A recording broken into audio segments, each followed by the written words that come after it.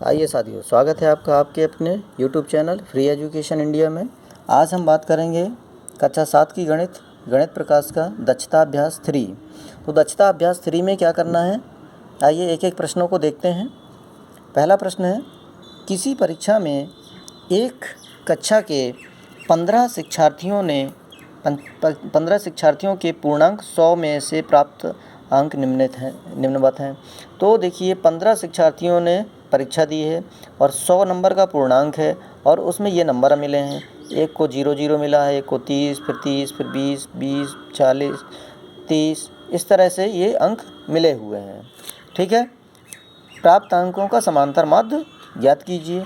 यहाँ समांतर माध्य हमको निकालना है, तो कोई दिक्कत नहीं है। हम जैसे कि हम पहले पढ़ चुके हैं कि पदों का योगफल क्या है, पदों का योगफल बटे पदों की संख्या, यानी कि सभी का टोटल करेंगे और 15 का भाग दे देंगे। ठीक है, और इसको हल कर देंगे भाग दे करके, तो आ जाएगा आंसर, आप चेक करेंगे। ठीक है, अभ्यास चूँकि ज़रूरी है इसलिए केवल हिंट कर रहे हैं अभी, और यदि कोई समस्या हो तो आप कमेंट के माध्यम से बताइएगा तो आपको बताया जाएगा। अगला सवाल है, क्या है, 10 बालिकाओं के भार किलोग्राम में क्रमशः 40, 42, 41, 38, 36, 35, 42, 37, 35 किलोग्राम है। इनके भारों का समांतर माध्य ज्ञात कीजिए। तो देखो इसमें भी कोई दिक्कत नहीं है कि 10 बालिकाएं हैं और भार ये दिए हुए हैं। जैसे हमने पहला प्रश्न बताया उसी तरह से इसको भी करना है, और ये आप अभ्यास 3B में अच्छे से पढ़ चुके हैं। इन सभी का टोटल करेंगे और टोटल करने के बाद 10 का भाग दे देंगे, क्योंकि समांतर माध्य का फॉर्मूला क्या होता है, पदों का योगफल बटे पदों की संख्या। आइए अगला सवाल,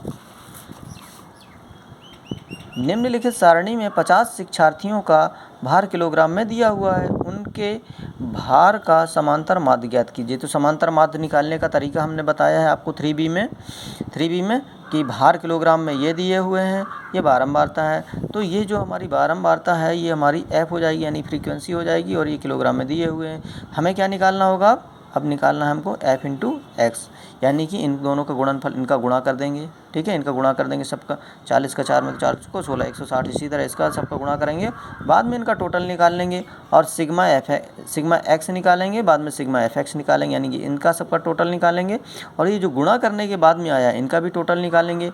और हमारा फॉर्मूला क्या होता है, फॉर्मूला आप जानते ही हैं, sigma FX upon sigma F। समांतर माध्य का फॉर्मूला क्या होता है, sigma FX upon sigma F, यानी कि इनका जो टोटल आएगा वो और बटे F।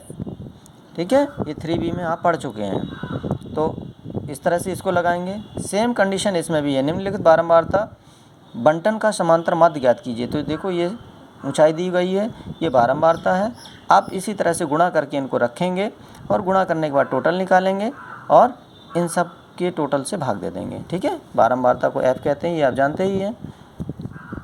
इसी तरह ये भी दिया हुआ है, नीचे दी गई तालिका में किसी क्षेत्र के एक वर्ष में विभिन्न खाद्यान्नों में उत्पादन के आंकड़े दिए गए हैं, आंकड़ों का पाई ग्राफ निरूपित कीजिए। तो ये पाई ग्राफ है, पाई ग्राफ भी हम पहले बता चुके हैं आपको 3A में, तो पाई ग्राफ भी आप उसी तरह से निकाल लेंगे। ठीक है, पाई ग्राफ बनाना आपको बताया जा चुका है और पाई ग्राफ आप उससे अच्छे से सीख लेंगे, हैं, कोई दिक्कत नहीं होगी, बड़ा आसान है। फिर 6 नंबर में है, रविवार के दिन किसी बेकरी की दुकान में हुई विभिन्न वस्तुओं की बिक्री रुपए नीचे दी गई है कि ब्रेड 320 बिका हुआ है। ठीक है, 320 रुपये का बिका हुआ है, मीठा बिस्कुट 120 रुपये का बिका हुआ है, नमकीन बिस्कुट 160 का बिका हुआ, पेस्ट्री 80 की बिकी हुई, अन्न ये है।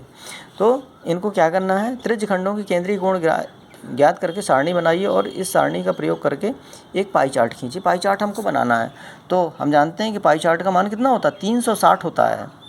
ठीक, 360 होता है, 360 में इनको हमें डिवाइड करना है। तो पाई चार्ट कैसे बनाया जाता है ये आप 3A में पढ़ चुके हैं, बड़ी आसानी से इसको आप लगा लेंगे। ठीक है, तो इसको लगाइएगा, जो भी कहीं प्रॉब्लम आए वो हमें कमेंट बॉक्स के माध्यम से बताइएगा कमेंट करके, तो हम आपकी समस्या का समाधान ज़रूर करेंगे। और यदि आप नहीं लगा पाते हैं तो हम इसको लिखित समझा करके भी आपको बताएंगे। परेशान होने की ज़रूरत नहीं है, क्योंकि अभ्यास करना ज़रूरी है, इसलिए हम आपको मौखिक रूप से समझाया है और इसको आप अच्छे से लगाएंगे और समझेंगे अभ्यास करेंगे, क्योंकि बिना अभ्यास के गणित नहीं आएगी आपको। अभ्यास करना बेहद ज़रूरी है। जो समस्या आप बताइएगा ज़रूर हल की जाएगी। और बने रहिए आपके अपने YouTube channel free education India में। और पसंद आए तो सब्सक्राइब ज़रूर करें और सभी साथियों के साथ शेयर करें और लाभ उठाएं इसका। Thank you.